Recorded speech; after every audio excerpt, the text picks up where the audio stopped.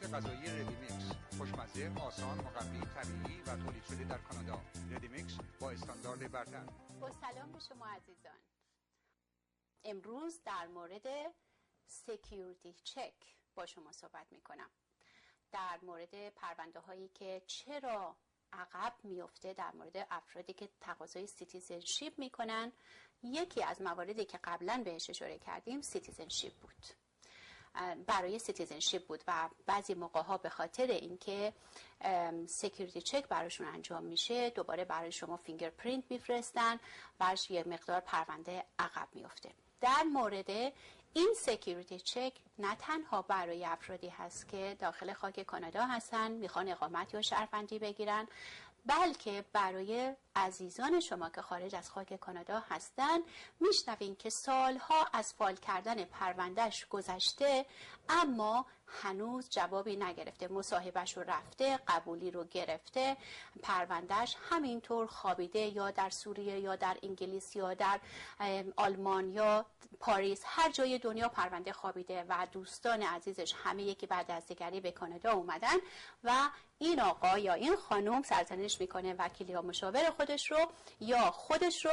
اگر خودش انجام داده میگه کاش انجام خودم نمیدادم، به وکیل و مشاوری میدادم. اگر وکیل و مشاوری رو داشته که براش انجام داده اونها رو بلیم میکنه که چرا پرونده من اینقدر به طول کشید، در صورتی که اون خانم دیگه یا اون دوست دیگه من خیلی زودتر از من، خیلی دیرتر از من تقاضا رو داد و خیلی زودتر از من در خاک کانادا هستش. ببینین عزیزان، این سکیوریتی چک نیست وقتی به شما گفته میشه که پرونده شما سکیوریتی چکش انجام نشده، یعنی پلیس بین‌الملل هنوز تصمیم گیری و یا سرچ خودش رو در مورد این پرونده به پایان نرسونده. در اون صورت هیچ کس نمیتونه به شما و به کمک بکنه که این پرونده سریعتر انجام بشه. بنابراین بعضی موقع گفته میشه، تلفن زده میشه که به ما گفته شده که $5000 به من بده، من این پروسه رو زودتر انجام بدم، یا این پول رو به من بده، این کار رو برات انجام میدم. ولی دارم خدمتتون عرض میکنم که هیچ کس نمیتونه پروسه سکیوریتی چک رو با پلیس بین‌الملل در بیفته و بخواد این مرحله رو زودتر بکنه.